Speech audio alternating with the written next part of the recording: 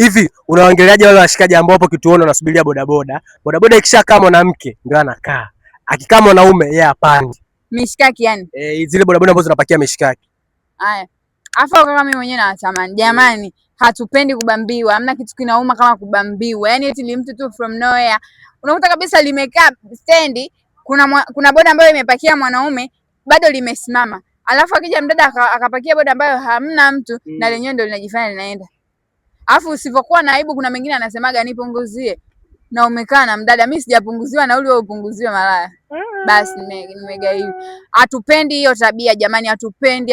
Yaani unakuta boda ikifika sehemu fulani hivi ya tuta, inaruka hivi na lenyewe linaruka. Anajisogeza. Niona ni uzi malaya. Wewe kama wewe unajisikiaje? Najisikia vibaya kwa kweli, sipendi. Mimi uongo dhambi tuache masiara nyewe kaka. Hebu badilikeni. Kama vipi pandeni boda za nani? Au nunueni magari bana.